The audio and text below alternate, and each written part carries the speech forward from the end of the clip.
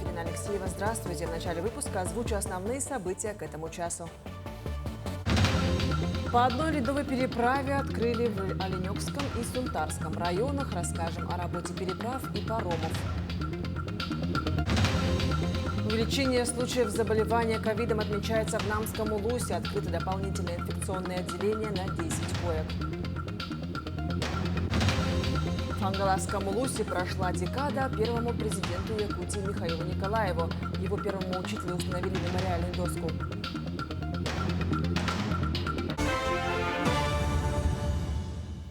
18 ноября по одной ледовой переправе открыли в Оленёкском и Сунтарском районах. Всего на сегодня в республике работают 6 ледовых переправ: Хону-Бор, Сысы и Хону-Соболох через реку Индигирку и Мому в Момском районе до 3 тонн, Жиганский аэропорт через реку Стрекаловку в Жиганском районе до 5 тонн, Амга-Чакыр через реку Амгу в Амгинском районе до 3 тонн, Оленёк-Харыялах через реку Оленёк в Оленёкском районе до 3 тонн и Сунтар-Устье через реку Вилюй в Сунтарском районе до 4 тонн. Переход автотранспортом через реку Лена сейчас строго запрещен. Несмотря на это, водители выезжают на лед с пассажирами. Структурные подразделения усилили контроль на нелегальных переправах. Сегодня в районе 204-го микрорайона Якутска проведен рейд с сотрудниками МЧС и специалистами Минтранспорта. Лед местами еще ненадежен. Отмечу, что для выявления нарушителей используются видео- и фотофиксаторы, а также беспилотные летательные аппараты. Официально автозимники на сегодняшний день еще не открылись. Планируемая дата открытия автозимника Хатасы-Павловск – это конец ноября текущего года. Управлением автомобильных дорог ведется вплотную работа по наращиванию льда, значит, подъездные пути. И, соответственно, при открытии автозимника, значит, будут выставлены пункты весового контроля, чтобы мониторить ситуацию по весовому контролю. Вот. А за несанкционированный выезд на лед будут, значит, применены санкции в виде штрафов. Ледовую переправу Хатасы-Павловск планируют открыть в конце ноября. Идут усиленные работы по подготовке автозимника. Наращиванием льда занимаются подрядные организации, в распоряжении которых 3 мотопомпы. Кроме того, для ручной чистки торосов увеличили количество рабочих в бригадах. По завершению подготовки и официального открытия автозимника Хатасы-Павловск по нему смогут совершать движение машины весом до 3 тонн.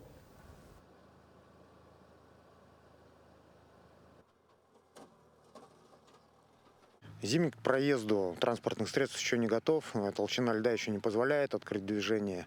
Сейчас в данный момент ведутся работы по заливке, по наращиванию льда. Также расчистка торосов вручную, это с помощью дорожных рабочих, там порядка 10 человек. И с завтрашнего дня будем пробовать пробивку белорусами, там, где позволяет толщина льда. Работу паромной переправы по маршруту Жатай-Техтюр завершат в республике 23 ноября текущего года. Сообщается, что грузовые перевозки с сопровождением ледокола по маршруту Жатай-Техтюр-Жатай будут выполнены одним круговым рейсом 19, 21 и 23 ноября. Для получения дополнительной информации можно позвонить по номеру 40 80 09, добавочный 12 31. В Якутске завершили реконструкцию региональной автодороги НАМ. Объект находится на стадии приемки. Работы на участке с 7 по 11 километр проведены в рамках национального проекта «Безопасные и качественные дороги». Объект сдается с опережением плана на 1 год. После устранения замечаний комиссии Управавтодора трассы обретет класс магистральной улицы районного значения. На отремонтированном участке установлены барьерные ограждения, 7 остановочных площадок, 271 опора освещения и 5 комплексов светофорного регулирования. В Момском районе со 2 по 16 ноября работала мобильная бригада врачей, в состав которой вошел именитый травматолог-ортопед Махмуд Пазнович из Санкт-Петербурга. Совместно с врачами различных специальностей Махмуд Пазнович провел более 300 консультативных и профилактических осмотров детей.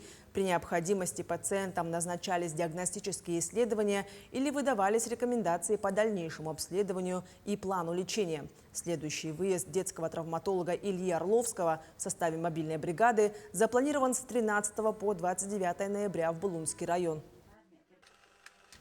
Увеличение случаев заболеваемости ковидом отмечается в Намском Улусе. За текущий месяц выявлено 16 случаев, в том числе детей до 14 лет 30%. Также случаи заболевания зафиксированы в социальном учреждении Намского Улуса. В настоящее время проводится расследование. Активно продолжаются иммунизация населения против гриппа. С начала года привито более 9 тысяч человек. В связи с обострением инфекции на базе стационара Первого Хамустаха открыли инфекционное отделение на 10 коек. По сравнению с прошлой неделей отмечается повышение по заболеваемости ОРВИ.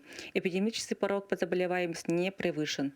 По итогам лабораторного мониторинга отмечается циркуляция вирусов негриппозной этиологии. В образовательных организациях при регистрации заболеваемости по ОРВИ и новой коронавирусной инфекции 20 и более процентов классы и группы приостанавливают очное обучение. В целях профилактики ОРВИ и новой коронавирусной инфекции территориальный отдел рекомендует соблюдать неспецифические меры профилактики. Учреждениям и предприятиям рекомендуется усилить дезинфекционный режим. В Берджигистяхе Горного Улуса индивидуальный предприниматель Федор Попов открыл овощехранилище по муниципальной программе развития сельского хозяйства. Это современное предприятие оснащено инновационными технологиями, позволяющими поддержать оптимальные условия для хранения овощей и фруктов, что способствует снижению потерь и повышению качества продукции. Успешная реализация данного проекта станет основой для дальнейшего развития агросектора района, привлечения инвестиций и создания новых рабочих мест. Федор Попов выразил надежду, что его инициатива вдохновит других предпринимателей на подобные начинания, что укрепит продовольственную безопасность и обеспечит благосостояние местных жителей. Со следующего года мы будем принимать у населения и фермерских хозяйств продукцию в виде капусты, картошки и других продукций для хранения. В селе Амгам Гинского района прошла традиционная сельскохозяйственная ярмарка ИДГ-2024. Следует отметить, что эта ярмарка проходит 28-й раз, начиная с 1996 года. Свою продукцию представили все хозяйства и индивидуальные предприниматели из 14 поселений Улуса. На ярмарке была установлена максимальная цена на килограмм мяса говядины за 750-800 рублей, на жеребятину 700 рублей. Помимо этого проводились конкурсы на лучшее оформление сервировки стола, а также необычный конкурс за самый вкусный торт на тему ИДГ. На торжественном открытии отметили жителей Улуса, внесших большой вклад в развитие сельского хозяйства района. От покупателей, посмотрите, отбоя нету. Что просят, то и продаем. Молодую говядину, жеребятину, свинину. Цены доступные, средние цены 750-800 говядина, жеребятина 750. Субпродукты первой, второй категории. Все готовое к употреблению. Ярмарка, конечно, праздничная, очень много народу, красочно все. Продукции очень много, мне нравится. Берите, что хотите. Растем, изучаем, творим. Под таким названием в Хангалахском Улусе прошла декада, посвященная первому президенту Якутии Михаилу Николаеву. Завершением событием стал торжественный момент установки мемориальной доски его первому учителю Гавриилу Савину в селе Чапаево. Подробности расскажет Виолетта Засимова.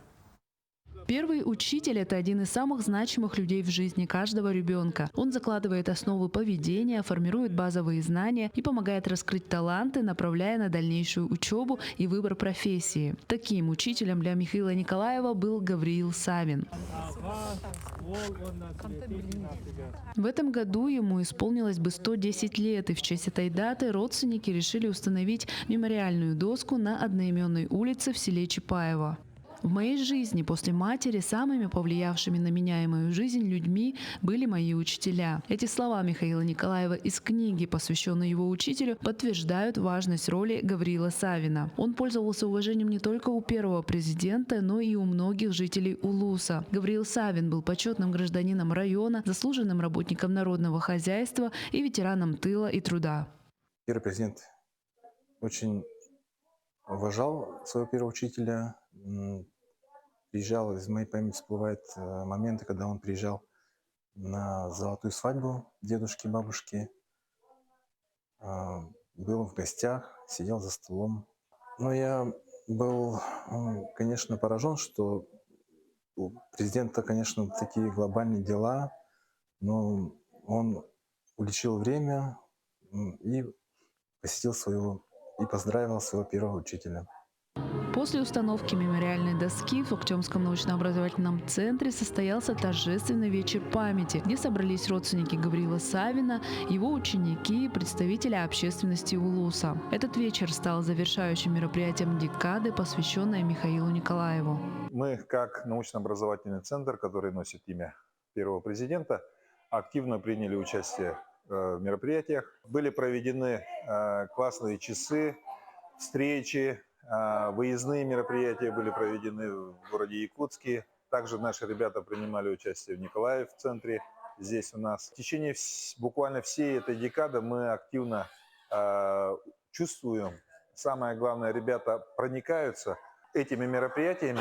Декада памяти Михаила Николаева станет ежегодной традицией, приуроченной ко дню его рождения 13 ноября. В рамках этой декады планируются различные мероприятия, которые будут проходить в образовательных учреждениях и других организациях района. Цель декады – привлечь внимание к жизни и достижениям первого президента, а также вдохновить молодежь на их изучение. Виолетта Засимова, Хангаласский улус. На базе Мюрюнской средней школы номер 2 прошел муниципальный этап ежегодной Всероссийской олимпиады по 3 предметам – родной язык, история и астрономия. В нем участвовали ребята с 5 по 11 классы. Всероссийская олимпиада ежегодно проводится по 26 предметам, в ней участвует более 6 миллионов человек. В соревновании 4 этапа – школьный, муниципальный, региональный и заключительный. Муниципальный этап предусмотрен для учащихся 7-11 классов, а по 2 последним могут участвовать школьники старшего звена. Всего участников около 300. Работаем по 2 этажам. Дети приехали сегодня у нас с 30 образовательных школ Улуса. Всероссийская олимпиада школьников и олимпиада школьников Республики Саха-Якутия дает право при поступлении в старших классах с 9 по 11 классы дают дополнительные баллы при поступлении в наши вузы и центровузы. К этому часу это все актуальные новости. Встретимся на итогах дня на телеканале Якутия-24.